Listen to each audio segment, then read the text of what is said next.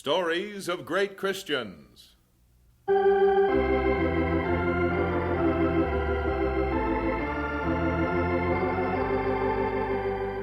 bringing you, transcribed from the radio studios of the Moody Bible Institute in Chicago, Chapter 6 in Beautiful Upon the Mountains, the story of John and Isobel Kuhn.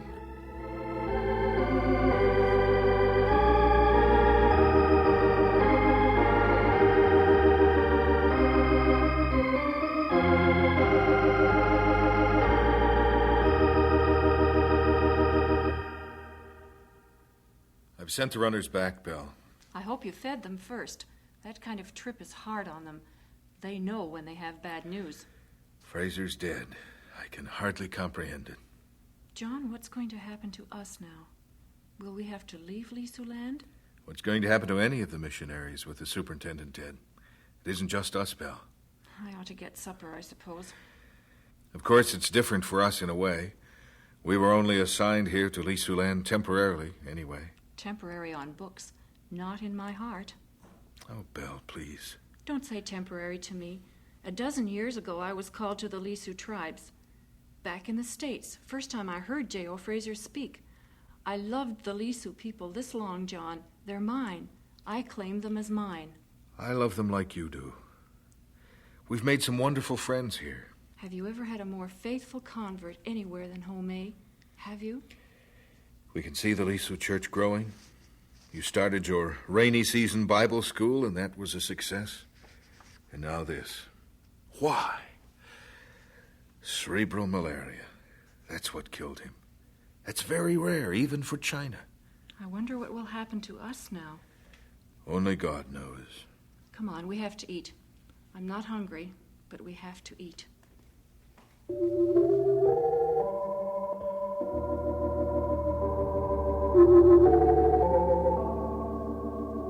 When Isobel Miller was a 23-year-old school teacher in Vancouver, British Columbia, she heard about the Lisu tribes people in the mountains of northern China for the first time.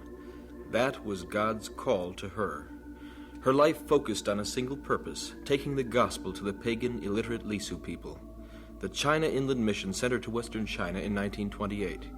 There she married John Kuhn, and finally, after 6 years of missionary duties in inland China, she and John reached Lisu land. But not for long. First a furlough, then assignment somewhere else. Finally, in 1938, back again to her Lisus. But after the death of mission executive Fraser, nothing was certain. Not until John was made acting superintendent with the suggestion he make his headquarters in Oak Flat Village, in Lisu land. Home? Home? What is it, Mama? Home, I know you've enough typing there to last you for a week, but I'm going to ask you just to finish up that page and then do this for me. Do you mind? No, Mama. It is all paper in the typewriter and out again. You're wonderful. Here, let me show you what I want. More lists for Mr. Kuhn. Poor Mappa. Mr. Fraser's work go on his shoulders, no? Yes and no, more or less. Don't worry about him. He loves being acting superintendent, or whatever they're going to call him. You're the one that looks tired. The typewriter is not to blame for a tired face. You're all right? Sometimes tired, yes, but always happy. Thomas was worth waiting for. Every morning I say the words for my happiness. Mama and Mappa stay in Lisu land. Kind Christian husband Thomas. I pray. I read Lisu scripture. I am with God, but Home stay tired.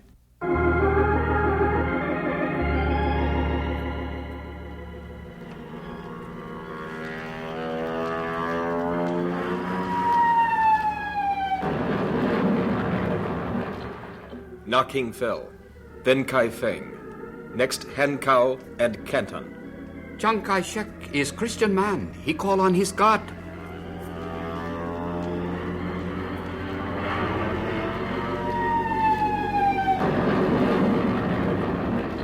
In 1939, Great Britain declared war on Germany. Chiang Kai-shek has only 3 provinces now. Yunnan is one. Hunan is nothing. Hunan Mountains. Lisu tribesmen and the way out to Burma.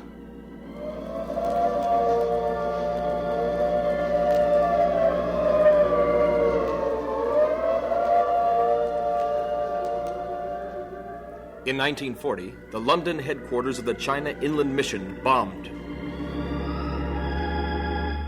Mama, minute of time, if you please. I've got plenty of time, Thomas. In fact, I'm going down to see what's in the market. That can wait. Something wrong? The mother of baby John. Homay? Say, I haven't seen her for a couple of days. She's sick? No and yes. I worry about her ankle. Let's get under the shade tree. What do you mean, her ankles? Puffed out, swelled up. That all? Oh, a lot of new mothers have trouble like that. Mother of my son, not a new mother. I suppose not. Little John's 6 months, isn't he? Even so, is Homay still tired like she was? Tiredness never leaves, Mama. On my way back, I'll stop in and see her. Maybe all she needs is spiritual encouragement.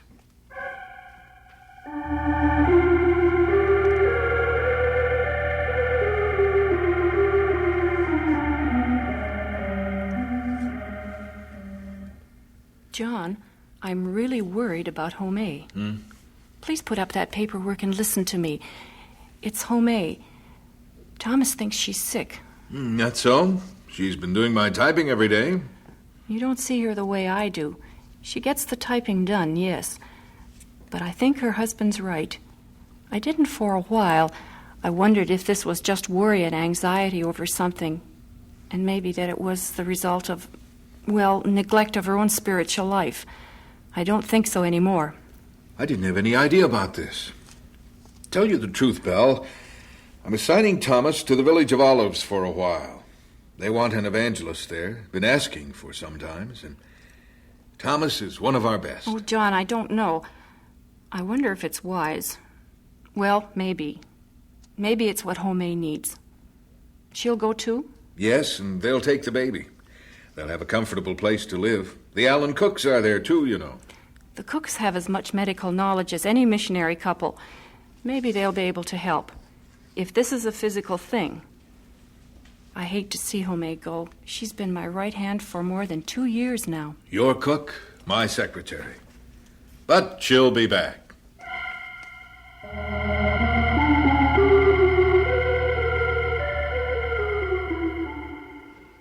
Well, all packed and ready to leave? Mama. Oh, Mama. There is only sadness. Village of Olives does not seem friendly to Homay. I cannot leave, Mama. Well, you're married to an evangelist, and I'm married to an assistant superintendent. How do you think I'll ever get through my girls' Bible school without you? Ma Pa said, evangelize Village of Olives. We go. Oh, Mama. It's for the best, Homay. I mean it. I think John knew best. You'll see something new. The Village of Olives needs you, Thomas. And Homay, John says they fixed up a nice place for you to live. All missionaries should be 2 people. Listen, how's your tired feeling? I don't know. I forgot. Busyness bring forgetting. That's what I mean. Best thing for you. God bless you. I'll manage. Maybe I'll even learn to type better. Somehow, you take good care of her, Thomas. Mama.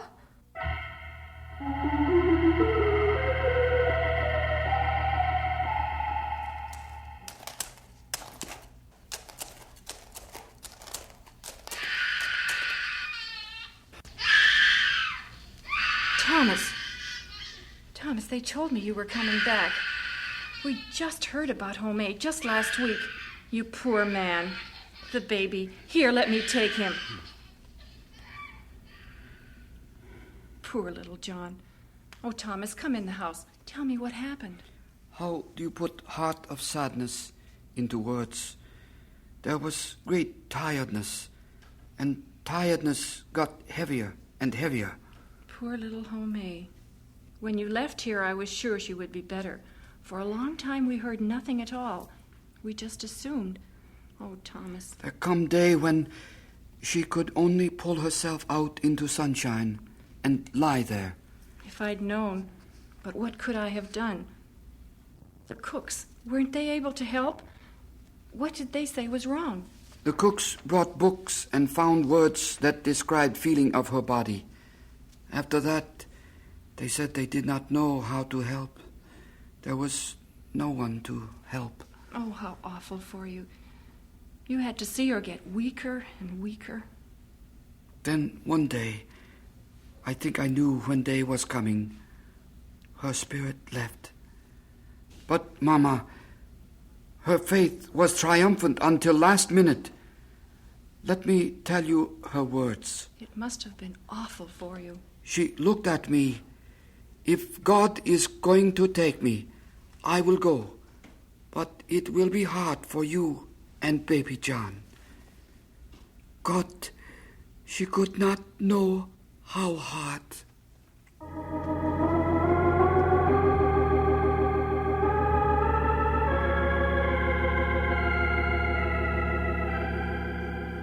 Bill called the winter of 1942 a horror of great darkness. The war was on, in China and all over the world. John was preoccupied with his duties as acting superintendent. She constantly worried about little Kathy. Jefu seemed dangerously close to the Japanese fighting. She had lost her Lisu companion, Homei. She tried to keep busy with teaching, with mothering new Lisu Christians, but... Now, Belle, you're going to do very well when I'm on this trip. You've been saying for a month you want a chance to clean house. I don't like to stay alone. You don't like to travel either. Why did they put the conference in Chongqing? Don't you mean, why does my husband have to be assistant superintendent and go to the mission conference? Yes, I mean it's the war, John. I worry about you. Chongqing is safe. That's why they moved the headquarters there. Belle, look at it this way. We're still here in Lisu land, aren't we? What you mean is... I mean I'm assistant director, and this way we're still here. Now, may I go to Chongqing? Goodbye, John. Safe trip. Goodbye, John. I know I'm too possessive. I used to flatter myself and call it a deeply affectionate nature. But God knows the truth. He knows I want to hold on to people, to own them, manage them, just control them. Maybe I'm going to have to learn a better way by losing what I want to clutch. Little Kathy to the mission school, Homei to heaven, John off to the conference, me alone. Someday, God, you may teach me.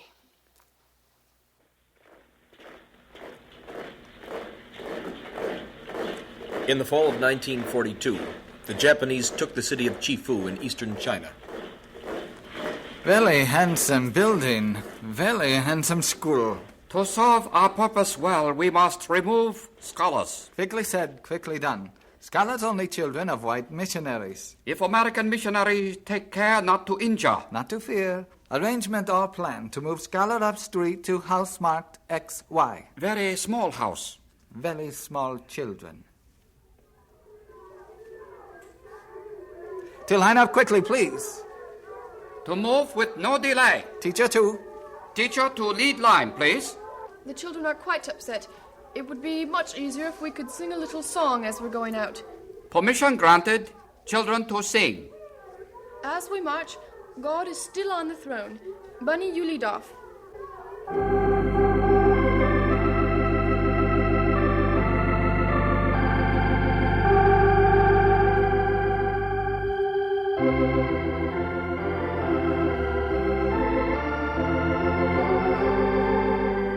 And so we conclude Chapter 6 of Beautiful Upon the Mountains, the transcribed story of John and Isobel Kuhn.